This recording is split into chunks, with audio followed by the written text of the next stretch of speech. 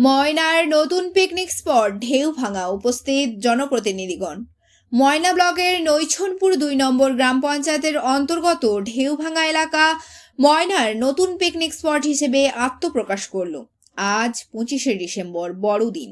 সেই উপলক্ষে ময়না সহ আশেপাশের ব্লকগুলি থেকে বহু মানুষ ঢেউভাঙা এলাকায় পিকনিক করার জন্য ভিড় করেছিলেন। তবে তাৎপর্যপূর্ণভাবে ঢেউভাঙা এলাকায় একাধিক জনপ্রতিনিধিকে দেখা গিয়েছিল।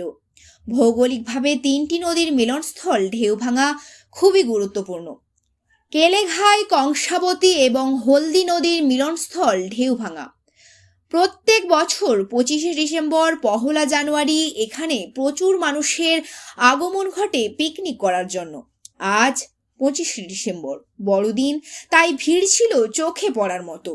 আমরা একাধিকবার সাধারণ মানুষের এই এলাকায় পিকনিক স্পট করার দাবি খবরের মাধ্যমে তুলে ধরেছি।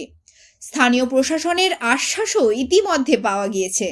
ময়না পঞ্চায়েত সমিতি থেকে এই এলাকায় ইতিমধ্যে লাইটিংয়ের ব্যবস্থা করা হবে, এমন আশ্বাস পাওয়া গিয়েছে। এখন দেখার বিষয়, সাধারণ মানুষের দাবি মতো সরকারিভাবে ময়নার ঢেউভাঙা এলাকা কবে পিকনিক স্পট হিসেবে আত্মপ্রকাশ করে।